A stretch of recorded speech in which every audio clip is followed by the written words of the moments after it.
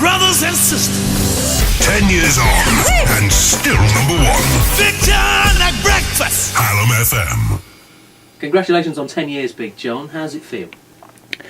Feels brilliant, to be honest. It's a 10th anniversary, really. Amazed, still on. It's not like a proper job. The thing is, you see, people say, "Oh, well done, congratulations on doing it for 10 years." But people do jobs for 10 years. That's not news. And to be honest, it's not even a job. This is just coming in and playing songs in the morning and messing about and having a bit of a laugh. To be honest, the celebration for me is an opportunity to thank the audience for listening, to South Yorkshire for being there in the morning for 10 years, which is amazing, and a celebration personally for me in that I can't believe I'm still on. I mean, to be honest, the management, they don't listen. They can't listen. I think they've forgotten I'm on in the morning. They turn up in their midday in their Mercedes, and they've forgotten I'm on. I don't think they know. I think they've got all iPods these days, haven't they? All the podcasts and all that. So I don't think they know. Looking back over 10 years of the show, what are some of the highlights this spring? Some of the highlights. I guess the things that, I'll be honest, I can't ever remember one show to the next. You know, it's a bit, but the things that sort of stand out for me are the things that have involved the audience the most. So, for example, if we've done, I know this sounds like a cliche, but to say when we've done the charity appeals, for example, when we replaced the playground on top of Rotherham Hospital, and things like that that have sort of motivated so many of our listeners to get involved and make a difference. That's when it proves to me that, you know, people are actually listening. Because for us, you know, we turn up and we're in a little room in Hillsborough, in Sheffield, and we're sort of talking amongst ourselves, and we get callers and things, but, you know, it's just insignificant. But then when you know, we do a charity appeal and something, you know, plausible happens at the end of it, then that's a real highlight for me. And other things that, you know, I was honoured to be involved in things like the City Hall when it had its refurb. I was honoured to be part of the opening of that with Charlene Spiteri from Texas. What else have we done? I can't remember. I don't know. I don't listen. Well, you presented the show all over South Yorkshire and beyond. Tell us about that. Yeah, we were honoured to be invited to be on the first flight out of the Doncaster airport, and we went to Spain, and then we thought, hey, this is quite good, we could do the show from anywhere, so we ended up going all over the place. Went to the Maldives. I don't know how we did that. We went to the Maldives. And then we took the show to New York. That was when we won we got gold for the best breakfast show at the International Radio Awards, which was in New York. I don't know how we got that award. I think there was a mix-up with some tapes, and they listened to a tape. They thought that was our tape. It wasn't our tape, but we won anyway. And you know, by the way, I will say it's not all about awards. It's all about awards.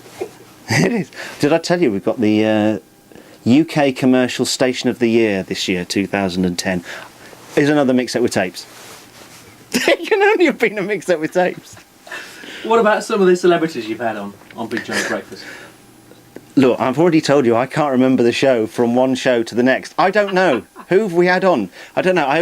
I guess the ones I remember are the ones that have had the most sort of reaction from our audience. So they're usually the bigger names, like Ricky Gervais.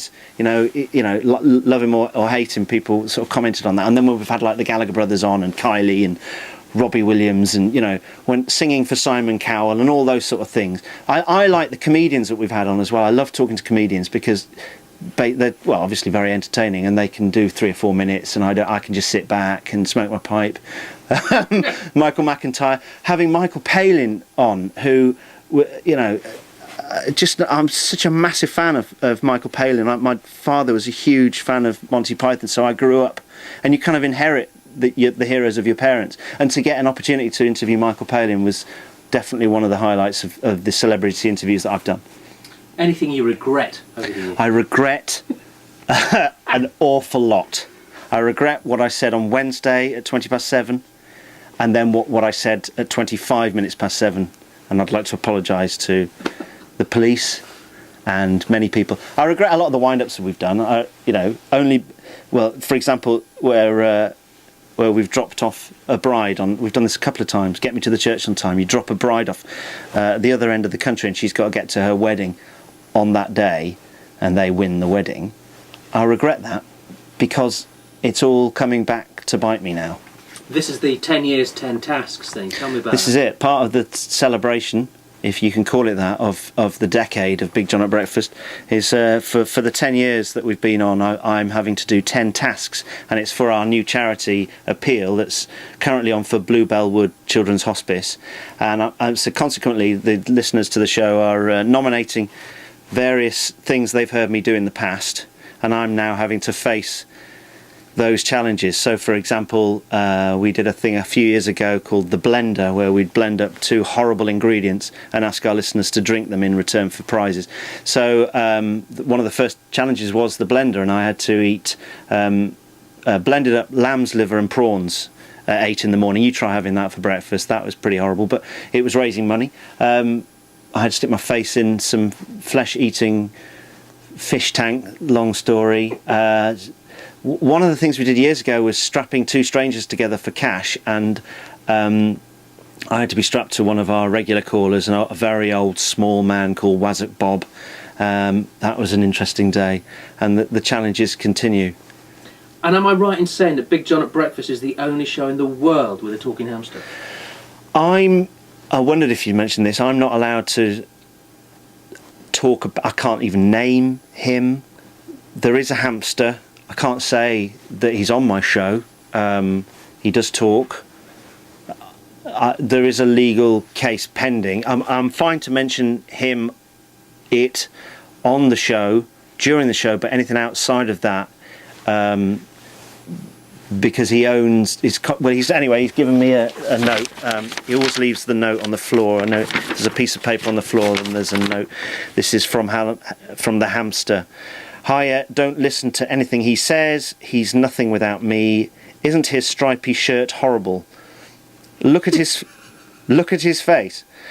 Just so you know, Hallamster's first ever Christmas best of CD featuring Scrooge and the 3 Holy Goats will be in shops soon. Yeah, that was some swearing at the end that I'm not prepared to read. Hallam FM's done some big events. Which of those have stuck out in your mind? As I say, I don't know. I don't remember. No, recently, I think one of the most fantastic events we did was getting involved in the Tramlines Festival, which was a few months ago. We had a big concert, a free concert on at Devonshire Green, which was just incredible. And, 8,000 people there and more passing through the site all day, and a huge lineup that was on for, I think, nearly 12 hours, was incredible. And just such a buzz, and completely free, was a great event. Finally, what would you say to people that don't listen to Big John at Breakfast?